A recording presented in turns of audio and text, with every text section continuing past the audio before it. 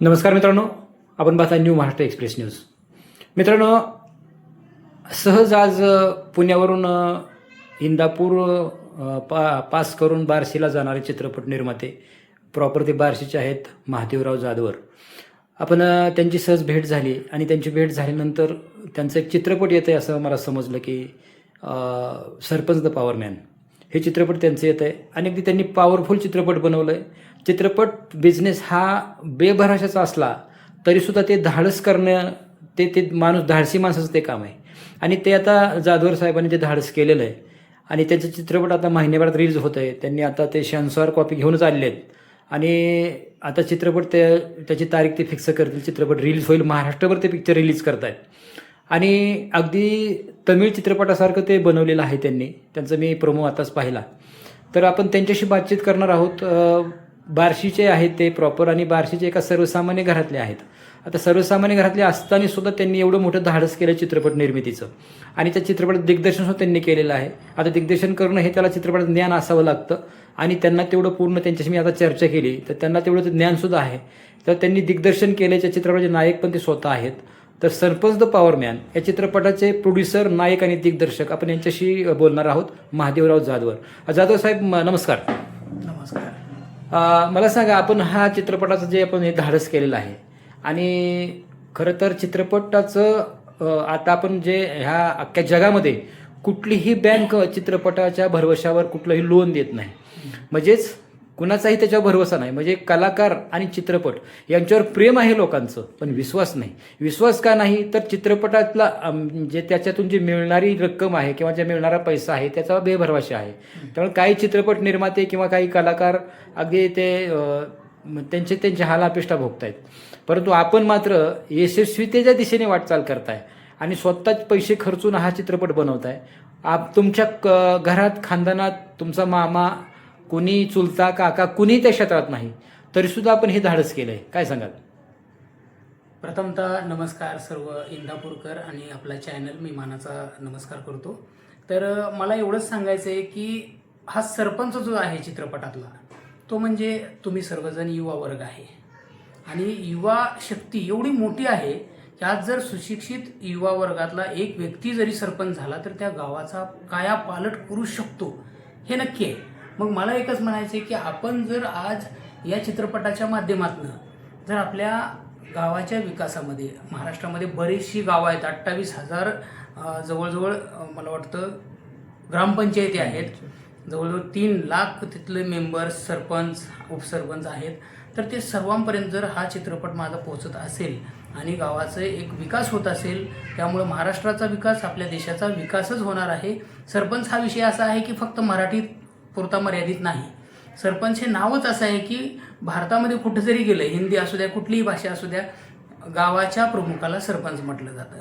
मग माझा विचार असा आहे की याचं हिंदीसुद्धा मी करणार आहे आणि पूर्ण देशामध्ये सुद्धा हा चित्रपट जेवढं माझ्याच्यानं जेवढी शक्य आहे आणि मला आत्ता बरीचशी शक्ती आहे की ती मदत करायला लागलीत की एक चांगला विचार घेऊन आम्ही प्रेरणेने हा चित्रपट केला आहे, आमच्या टीमनं हा चित्रपट केला आहे आणि तुमचंही आम्हाला भरपूर प्रेम मिळणार आहे. बरं, तुम्ही सांगितलं की आता माझा प्रश्न होता की ह्या चित्रपटात तुमच्या खानदानात घरी कुणीही ह्या क्षेत्रात नसताना तुम्ही हे धाडस का केला हा माझा प्रश्न होता. पण तुम्ही चित्रपट निर्मिती सरपंच पॉवरमॅनच कसं काय केलं? तर सरपंच पॉवरमॅन हेच तुम्हाला उत्तर मिळालं. तुम्ही हा चित्रपट सरपंच या विषयावर कसं काय केला, परंतु तुमच्या घरामध्ये कुणीही खानदानात नसताना तुम्ही हे डेअरिंग कसं काय केलं हे माझा प्रश्न आहे. आता म्हणजे डेअरिंग म्हणजे काय की आवड असली ना तर नक्कीच सवड मिळते आणि well begun is half done. चांगली सुरुवात केली ना अर्ध यश नक्की आपल्या पदरी पडतं. आणि मी ही चांगली सुरुवात का केली आहे याचं कारण म्हणजे मी आताच तुम्हाला सांगितलं की तुम्ही वर्ग म्हणजे आमच्यासाठी सर्वांसाठी शक्ती आहे.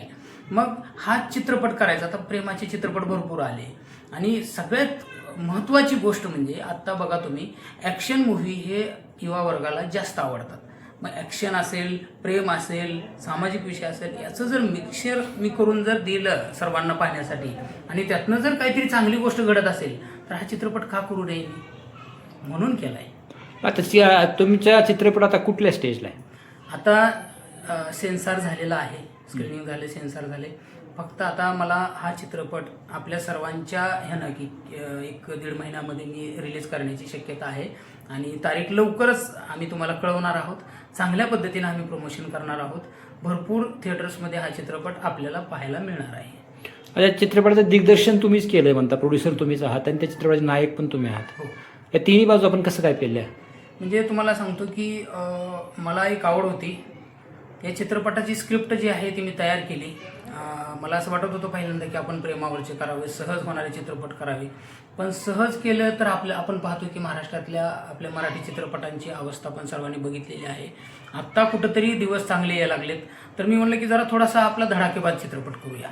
मग त्यातून मी काय केलं, ते लिखाण केलेलं होतं. माझ्याबरोबर अजून एक दिग्दर्शक आहेत, मी महादेव जाधवर आणि माझाच मावस भाऊ आहे प्रशांत जाधवर. आम्ही दोघांनी हे दिग्दर्शन केलेलं आहे. आणि याचा जो खर्च आहे तो मी जो भागवला तो मला माहीत आहे आपण कशा पद्धतीनं तोडक्या मोडक्या ह्याच्यातनं सुद्धा करून सुद्धा हा चित्रपट अतिशय खूप जबरदस्त झालेला आहे. हे मात्र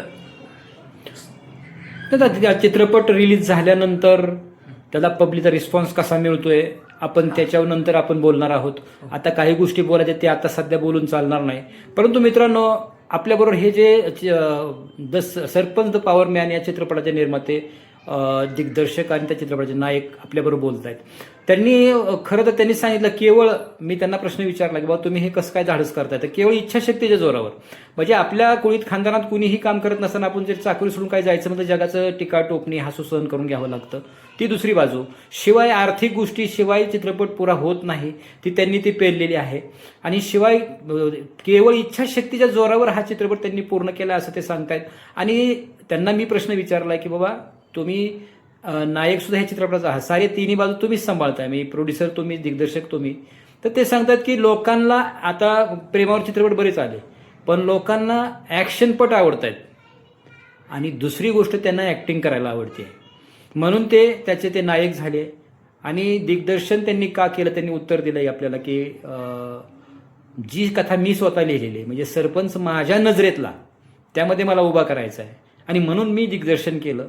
आणि प्रोड्युसरचा तर काही विषयच नाही, आपल्या खिशातले पैसे घालवावे लागतात, त्याच्यामुळे प्रोड्युसर तो होतो. आणि अशा तिन्ही बाजू त्यांनी अगदी व्यवस्थित चित्रपटाचा प्रोमो जर पाहिला तर ह्या तिन्ही बाजू त्यांनी त्यामध्ये अगदी व्यवस्थितपणे पेरलेल्या दिसत आहेत सध्या तरी. आता उद्या चित्रपट थिएटरमध्ये रिलीज झाल्यानंतर पब्लिककडून काय रिस्पॉन्स येतोय ते आता आपण त्याची वाट बघणं गरजेचं आहे. ते थोड्याच काळात चित्रपट रिलीज करतील. लोकांनी चित्रपट पाहावा अशी त्यांची विनंती आहे. Patra new Maharashtra express news.